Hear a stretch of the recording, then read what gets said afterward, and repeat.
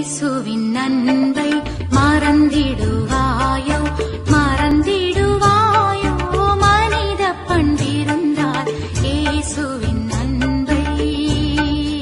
ஆராதனைக்கு வந்திருக்கிற ஒவ்வொருத்தரையும் இயேசு கிறிஸ்து நாமத்தால் வாழ்த்தி வரவேற்கிறேன். ஹல்லேலூயா. இந்த நாளிலும் தியானத்திற்காக எடுக்கப்பட்ட வார்த்தை ஹல்லேலூயா. ஆண்டவராகிய இயேசு கிறிஸ்து கல்வாரி சிலுவையிலே மொழிந்த இரண்டாவது வார்த்தை ஹல்லேலூயா. லூக்கா 23:43. இயேசு அவர்களை நோக்கி, இன்றைக்கு நீ என்னுடனே கூட பரதீசில் இருப்பாய் என்று மெய்யாகவே உங்களுக்கு சொல்கிறேன் என்றார். ஹல்லேலூயா, ஹல்லேலூயா. இந்த இடத்துல பாருங்க, ஒரு கல்லனை நோக்கி இயேசு அவனை நோக்கி, இன்றைக்கு நீ என்னுடனே கூட பரதேசில் இருப்பாய் என்று மெய்யாகவே உனக்கு சொல்லுகிறேன் என்றார். ஹல்லேலூயா. அந்த இடத்துல பார்த்தீங்கன்னா, அவர் இயேசு கிறிஸ்து சிலுவையில் அடிக்கப்பட்ட இடத்துல 2 கல்லர்கள் இருக்கிறார்கள். ஹல்லேலூயா, ஹல்லேலூயா. 2 கல்லர்கள் இருக்கிறார்கள். அதில் ஒரு கல்லனை பார்த்து அவர் இப்படியாக சொல்லுகிறார், ஹல்லேலூயா, நீ என்னுடனே கூட பரதேசில் இருப்பாய் என்று. ஹல்லேலூயா. பரதேசி என்பது பரிசுத்தவான்களுடைய ஆவி இளைப்பாறுகிறதான இடமா இருக்கிறது. ஹல்லேலூயா, ஹல்லேலூயா. அங்க 2 கல்லர்கள் இருக்கும் பொழுது ஒரு கல்லனை நோக்கி இப்படி சொல்லுகிறார். ஹல்லேலூயா. மற்றொரு கல்லனை குறித்து நாம் பார்ப்போம். லூக்கா 23:39. அன்றியும் சிலுவையில் அறையப்பட்டிருந்த குற்றவாளிகளில் ஒருவன், நீ கிறிஸ்துவானால் உன்னையும் எங்களையும் ரட்சித்துக் கொள்ளும் என்று அவரை இகழ்ந்தான். ஹல்லேலூயா. இந்த கல்லன் என்ன செய்யறான் பாருங்க. சிலுவையில் அறையப்பட்டிருக்கிற குற்றவாளிகளில் ஒருவன், நீ கிறிஸ்துவானால் உன்னையும் எங்களையும் ரட்சித்துக்கொள் என்று இகழ்கிறவனாய் காணப்படுகிறான். இவனிடத்தில் தெய்வ பயம் இல்லாமல் இருக்கிறான். ஹல்லேலூயா, ஹல்லேலூயா. கிறிஸ்துவே மெய்யான தெய்வம் என்பதை அவன் அறியாதிருக்கிறான். ஹல்லேலூயா. நீ கிறிஸ்துவானால் உன்னை என்னையும் ரட்சித்துக்கொள் என்று அவரை ஏளனம் செய்கிறவனாய் காணப்படுகிறான். ஹல்லேலூயா. இந்த இடத்துல பாருங்க, கடைசி நேரமாய் இருக்கிறது. ஹல்லேலூயா, ஹல்லேலூயா. அவங்க 2 பேருக்கு 2 கல்லர்களுக்கு கடைசி நேரமாய் இருக்கிறது. ஹல்லேலூயா. இயேசு கிறிஸ்து அந்த இடத்துல செய்யற காரியங்கள் எல்லாம் அநேகர் பார்க்கிறாங்க. அந்த 2 கல்லரும் பார்த்துக்கிட்டே இருக்கிறாங்க. ஆனா அந்த ஒரு கல்லன் பாருங்க, அவர் எல்லாத்தையும் பார்த்து கொண்டிருக்கார். அவன் இருதயத்தில் விசுவாசம் இல்லை. ஹல்லேலூயா. இயேசு கிறிஸ்துவின் மேல் அவனுக்கு நம்பிக்கை இல்லை, தேவ பயம் இல்லை, அவன் உதாசீனப்படுத்தினவனா இருக்கிறான். ஹல்லேலூயா. இதே போல ஆதியிலே நீங்க நோவா காலத்துல பாத்தீங்கன்னா, ஹல்லேலூயா, ஆதியாகமம் 6-7 அதிகாரத்தை நீங்க பாத்தீங்கன்னா, வாசிக்க வேண்டாம். அதுல பாத்தீங்கன்னா, மனிதனை இந்த பூமியில் படைத்ததற்காக தேவன் மனஸ்தாபப்பட்டார் என்று வேதம் சொல்லி இருக்கிறது. ஹல்லேலூயா. அந்த ஜனங்கள் எல்லாம் நிர்விசாரமாய் கர்த்தருக்கு பிரியமில்லாத காரியங்களை, கர்த்தருக்கு விரோதமான காரியங்களை செய்து கொண்டிருந்தார்கள். அப்பொழுது தேவன் இந்த பூமியை அழிக்கும்படியாக அவர் சித்தம் கொள்ளுகிறார். ஹல்லேலூயா. அந்த காலத்துல பார்க்கும்போது நோவாவும் அவன் குடும்பத்தோடு, அவன் குடும்பம் மாத்திரம் நீதிமானாய் காணப்பட்டார் கர்த்தருக்கு முன்பாக. ஹல்லேலூயா. தேவன் அப்பொழுது சொல்லுகிறார், நீ ஒரு படகை உண்டாக்கு, நான் இந்த ஜனங்களை எல்லாம் நான் அழிக்க போகிறேன் என்று. ஹல்லேலூயா. அந்த நோவா என்ன பண்றான், அந்த இருந்த கிராமத்துல பெரிய ஒரு சிப்ப உண்டு பண்றான். ஹல்லேலூயா. அங்க இருக்கிற ஜனங்கள் எல்லாம் அதை பார்த்திருப்பாங்க, பார்க்காம இருந்திருக்க மாட்டாங்க. அவரை கேட்டிருப்பாங்க, இது எதுக்காக உண்டாக்குற அப்படின்னு. அவர் சொல்லி இருப்பாரு. ஆனாலும் அந்த ஆண்டவர் சொல்லுவாரு, எல்லாரும் அந்த சிப்புக்குள்ள, ஹல்லேலூயா, நோவா குடும்பத்தை மாத்திரம் அந்த சிப்புக்குள்ள போங்க அப்படின்னு சொல்லுவாரு. ஆனா அங்க இருந்தவங்க எல்லாம் பார்த்தாங்க, அவர் சிப்பு செய்யறத பார்த்தாங்க. ஹல்லேலூயா. அவரு சொல்லியிருப்பார், ஆண்டவர் இந்த மாதிரி காரியத்தை செய்ய போகிறார் அப்படின்னு. ஆனா யாரும் அந்த இடத்துல மனம் திரும்பவே இல்லை, மனம் திரும்பவே இல்லை. அதே போல அந்த அவர்கள் மாத்திரம், தேவனுடைய பிள்ளைகள் மாத்திரம் காப்பாற்றப்பட்டார்கள், மற்ற ஜனங்கள் எல்லாம் கைவிடப்பட்டார்கள். மழை பெய்தது, அவ்வளவு பேரும் அழிந்து போனார்கள். அதே போலதான் இந்த கல்லனும் கடைசியில் கைவிடப்பட்டவனாக, பரலோக ராஜ்யத்தை இழந்தவனாக இந்த இடத்தில் இருக்கிறான். ஹல்லேலூயா, ஹல்லேலூயா. 2வது கல்லன் என்ன செய்யறான்னு பார்ப்போம். லூக்கா 23:40. மற்றவன் அவனை நோக்கி, நீ இந்த ஆக்கினைக்கு உட்பட்டவனாய் இருந்தும் தேவனுக்கு பயப்படுகிறது இல்லையா? நாமும் ஹல்லேலூயா. லூக்கா 23:40 இப்படியா சொல்லுகிறது, மற்றவன் அவனை நோக்கி, நீ இந்த ஆக்கினைக்கு உட்பட்டவனாய் இருந்தும் தேவனுக்கு பயப்படுகிறது இல்லையா என்று சொல்லுகிறார். ஹல்லேலூயா. மற்ற கல்லனுக்கு தேவனை குறித்ததான பயம் அந்த இடத்தில் இருந்திருக்கிறது. ஹalleluya. பயம் இருந்ததினால் அவனை கண்டிக்கிறான். ஹalleluya. நீதிமொழிகள் 14:27. கர்த்தருக்கு பயப்படுதல் ஜீவ ஊற்று, அதனால் மரண கண்ணிகளுக்கு தப்பலாம். ஹalleluya. வேதம் சொல்லுகிறது கர்த்தருக்கு பயப்படுகிறதுனால் ஜீவ ஊற்றாயிருக்கு, மரண கண்ணிக்கு தப்புவிப்போம் என்று. ஹalleluya. ஹalleluya. இந்த கள்ளன் கர்த்தருக்கு பயந்தவனாய் இருக்கிறான். ஹalleluya. அடுத்து 41 படிங்க. நாமோ நியாயப்படி தண்டிக்கப்படுகிறோம், நாம் நடப்பித்தவைகளுக்கு தக்க பலனை அடைகிறோம். இவரோ தகாததென்றே நடப்பிக்கப்படவில்லையே என்று அவரை கடிந்து கொண்டு இவன் சொல்றான் பாருங்க, நாமோ நியாயப்படி தண்டிக்கப்பட்டிருக்கிறோம், நாம் நடப்பித்தவைகளுக்கு தக்க பலனை அடைந்திருக்கிறோம். இவரோ தகாதது ஒன்றை நடப்பிக்கவில்லையே என்று அவனை கடிந்து கொள்கிறார். ஹalleluya. இந்த இடத்தில் பாருங்க, ஹalleluya, அவனுடைய பாவத்தை இந்த இடத்தில் உணர்கிறவராய் இருக்கிறார். ஹalleluya. ஹalleluya. அவனுடைய பாவத்தை இந்த இடத்தில் நாமோ நியாயப்படி தண்டிக்கப்பட்டிருக்கிறோம். பாவம் செய்ததால் அவர்கள் தண்டிக்கப்பட்டிருக்கிறார்கள். நாம் நடப்பித்தவைக்கு தக்க பலனை அடைந்திருக்கிறோம். ஹalleluya. பாவத்தை இந்த இடத்தில் அறிக்கை செய்கிறவனாய் காணப்படுகிறான். ஹalleluya. ஹalleluya. கடவுளை நோக்கி, தேவனை நோக்கி சொல்கிறார், இவரோ தகாததொன்றை நடப்பிக்கவில்லையே என்று அவனை நோக்கி கடிந்து கொள்கிறவனாய் காணப்படுகிறான். ஹalleluya. ஹalleluya. இப்படியாக இந்த கள்ளன் அந்த இடத்தில் இருக்கும் பொழுது அவர் முதலாவது வார்த்தை பிதாவை நோக்கி, அவர் பிதாவை இவர்களுக்கு மன்னியும் என்று முதலாவது வார்த்தை அவர் சொல்லும் பொழுது அவன் தேவனை நோக்கி பார்க்கிறவனாய், ஹalleluya, அவர் மெய்யான தெய்வம் என்பதை அவன் உணர்ந்து கொண்டான். ஹalleluya. ஹalleluya. லூக்கா 23:42. இயேசுவை நோக்கி, ஆண்டவரே, நீர் உம்முடைய ராஜ்யத்தில் வரும்போது அடியேனை நினைத்தருளும் என்றார். ஹalleluya. இந்த இடத்துல பாருங்க, இயேசுவை தெய்வமாக நோக்கி அந்த இடத்தில் அறிக்கை செய்கிறவனாய் காணப்படுகிறான்.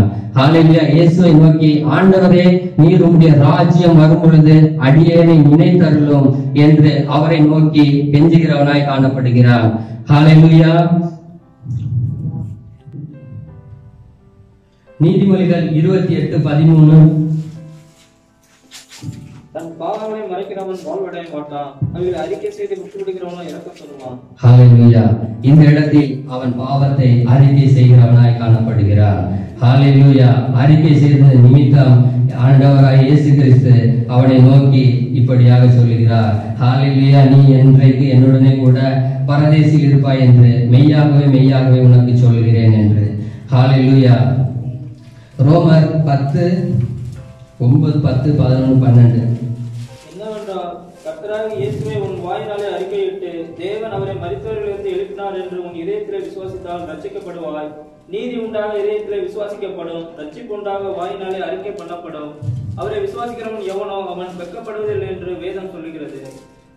ஹalleluya. இந்த வார்த்தைக்கு நாங்க அவன் இப்படியாக ஹalleluya, ஹalleluya, இயேசு கிறிஸ்துவை உன் வாயினாலே அறிக்கை செய்து தேவனை அவரை மரித்தோரிலிருந்து எழுப்பினார் என்று உங்கள் இருதயத்தில் விசுவாசித்தால் ரட்சிக்கப்படுவாய். நீதி உண்டாக இருதயத்திலே விசுவாசிக்கப்படும், ரட்சிப்பு உண்டாக வாயினாலே அறிக்கை பண்ணப்படும் என்று இந்த வார்த்தைக்கு இணங்க ஹalleluya அவன் இந்த இடத்தில் அறிக்கை செய்கிறவனாய் காணப்படுகிறான். ஹalleluya.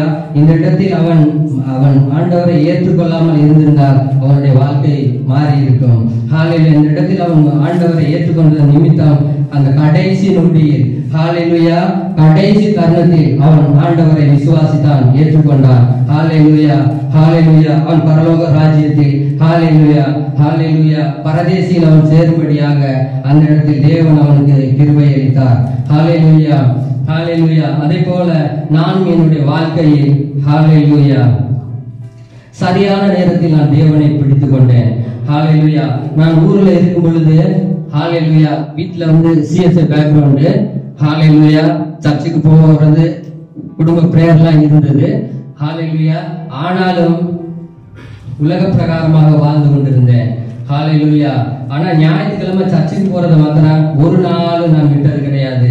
ஹalleluya. ஞாயிற்றுக்கிழமை காலையில எழுந்த உடனே சர்ச்சுக்கு போயிட்டு வந்துட்டு மறுபடியும் உலக பிரகாரமான காரியங்கள், கர்த்தருக்கு விரோதமான காரியங்கள். ஹalleluya. அப்படி நடந்து கொண்டிருந்த என்னை கர்த்தர் இந்திய தேசத்தில் இருந்து இந்த பொய் தேசத்துக்கு வரும்படியாக என்னை பிரித்தெடுத்து இங்கு கொண்டு வந்தார். ஹalleluya. இங்கு சில நாட்கள் கடவுளுக்கு விரோதமான காரியங்களை பண்ணி கொண்டு இருந்தோம். ஹalleluya. ஒரு நாள் ஒரு பாஸ்டர், நான் பழைய சர்ச்சில் உள்ளவங்க என்னை சந்திக்கும்படியாக என்னுடைய கேம்புக்கு வந்தார். ஹalleluya. வரும் பொழுது நான் ஊர்ல ஞாயிற்றுக்கிழமை சர்ச்சுக்கு போறதான பாரம் இங்க இருந்தது, போகணும்ன்றது காரியமா இருந்தது. ஆனால் இங்க போறதுக்கு இடம் வழி இல்லாம வெள்ளிக்கிழமை இங்க லீவு, அதனால போக முடியாம அப்படியே இருந்தான். அவங்க வந்து சந்திக்கும் பொழுது இங்க யாராவது கிறிஸ்தவ பசங்க இருக்கீங்களான்னு கேட்டோம்னா கையை தூக்கியாச்சு. ஆமா பிரதர் நாங்க இருக்கிறோம் அப்படின்னு. கடைசியில் அவங்க வந்தாங்க, பேசினாங்க, ஆண்டவருடைய வேதத்தை பத்தி போதிச்சாங்க. அப்ப எனக்கு சரி ஓகே சர்ச்சுக்கு போகணும் அப்படின்ற ஒரு விருப்பம் வந்தது. அதோட சர்ச்சுக்கு போக ஆரம்பிச்சான். அதுக்கப்புறம் பார்த்தா சர்ச்சுக்கு போனோம்னா இன்னும் கொஞ்சம் விசுவாசம் அதிகமானது. ஹalleluya. அதுக்கப்புறம் என்னன்னா வேதத்தை படிக்க ஆரம்பிச்சான். அதுக்கப்புறம் ஞானஸ்தானம் எடுக்க ஆரம்பிச்சான்.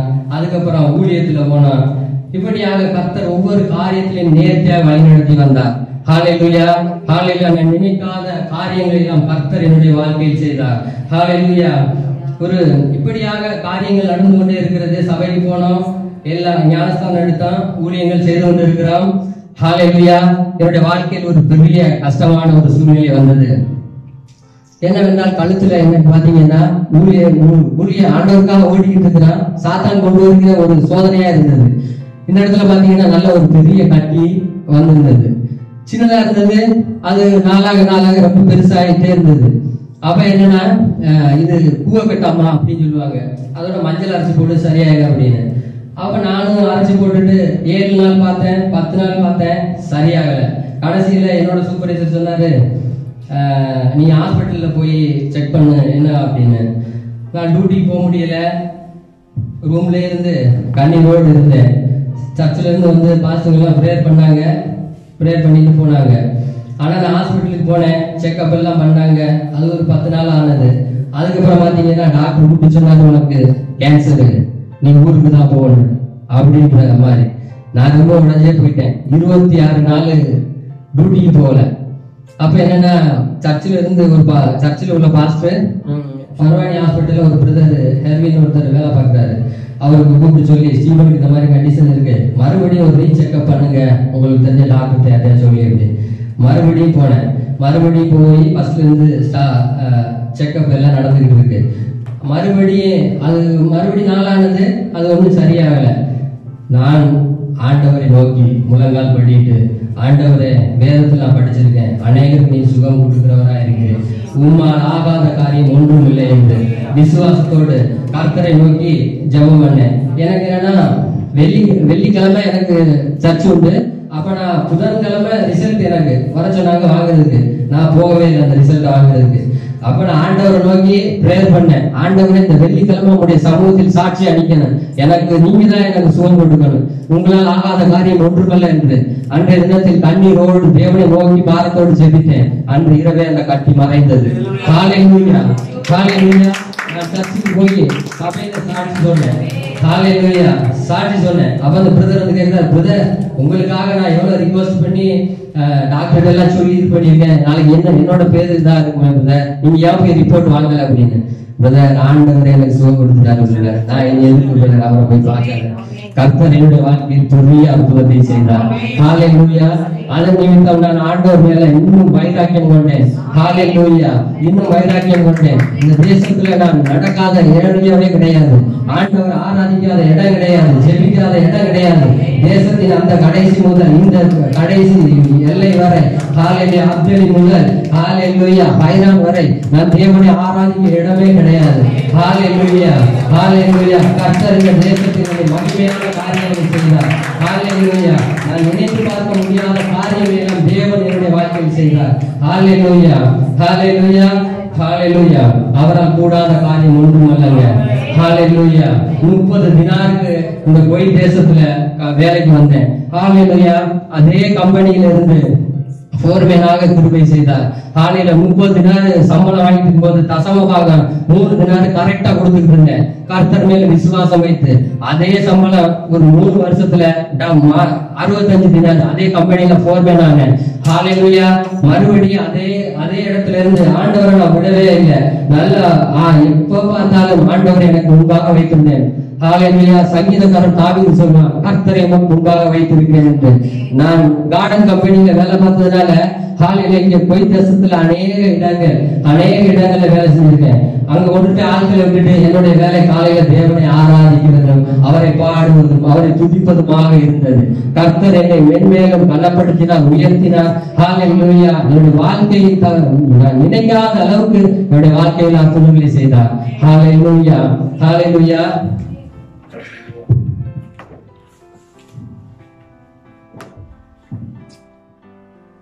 யோவான் 6:40. குமாரனை கண்டு அவருக்கு விசுவாசமாயிருக்கிறவன் எவனோ அவன் நித்திய ஜீவனை அடைவதும் தான் அவனை கடைசி நாளில் எழுப்புவதும் என்னை அனுப்பினவருடைய சித்தமாயிருக்கிறது என்றார். ஹalleluya. இந்த இடத்துல பாருங்க, குமாரனை கண்டு அவரிடத்தில் விசுவாசமாயிருக்கிறவன் எவனோ அவனுக்கு நித்திய ஜீவன் அடைவதும் நான் அவனை கடைசி நாளில் எழுப்புவதும் என்னை அனுப்பினவராகிய ஹalleluya சித்தமாயிருக்கிறது என்று வேதம் சொல்லி இருக்கிறது. ஹalleluya. கர்த்தர் இந்த நாளில் உங்களை பார்த்து சொல்லுகிறார். ஹalleluya. ஹalleluya. கர்த்தரிடத்தில் விசுவாசமாய் இருப்போமானால் நித்திய ஜீவனை அடைவது நிச்சயம். ஹalleluya. ஹalleluya. ஹalleluya. உலகத்தில் ஹalleluya இந்து மதம் போதிக்கிறது ஹalleluya பரலோகம் நரகம் உண்டு என்று. இஸ்லாம் மதம் போதிக்கிறது பரலோகம் நரகம் உண்டு என்று. புத்த மதம் போதிக்கிறது பரலோகம் நரகம் உண்டு என்பதை. ஹalleluya. சீக்கிய மதம் போதிக்கிறது பரலோகம் நரகம் உண்டு என்று. ஆனால் நம்முடைய வேதம் மாத்திரம் போதிக்கிறது ஹalleluya பரலோகத்துள்ள காரியங்களை பற்றி போதிக்கிறது. ஹalleluya பரலோகத்திற்கு போகிற வழியையும் இதில் காட்டுகிறது. ஹalleluya கல்லனுக்கு பரலோகத்திற்கு அழைத்து சென்ற மெய்யான தெய்வம் நம்ம ஆண்டவராகிய இயேசு கிறிஸ்து. ஹalleluya. ஹalleluya. யோவான் 14:6. நானே வழியும் சத்தியமும் ஜீவனுமாய் இருக்கிறேன், என்னாலே அல்லாமல் ஒருவனும் பிதாவினிடத்தில் வரான். ஹalleluya பரலோகத்திற்கு போகிறதுக்கு ஒரே வழி ஆண்டவராகிய இயேசு கிறிஸ்து மாத்திரம்தாங்க. ஹalleluya நானே வழியும் சத்தியமும் ஜீவனுமாய் இருக்கிறேன், என்னை அல்லாமல் ஒருவனும் பிதாவின் இடத்தில் வரான்.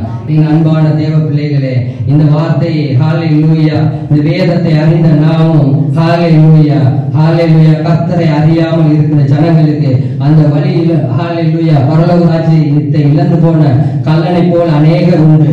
ஹalleluya ஹalleluya நாம் அப்படியாக அவர்களுக்கு சுவிசேஷம் சொல்லி கர்த்தருடைய வார்த்தைகளை அவர்களுக்கு சொல்லி பரலோகத்துக்கு நேராக அவர்களை திருப்புவோம். ஹalleluya கர்த்தர் தாமே இந்த வசனங்களை ஆசீர்வதிப்பாராக. ஆமென்.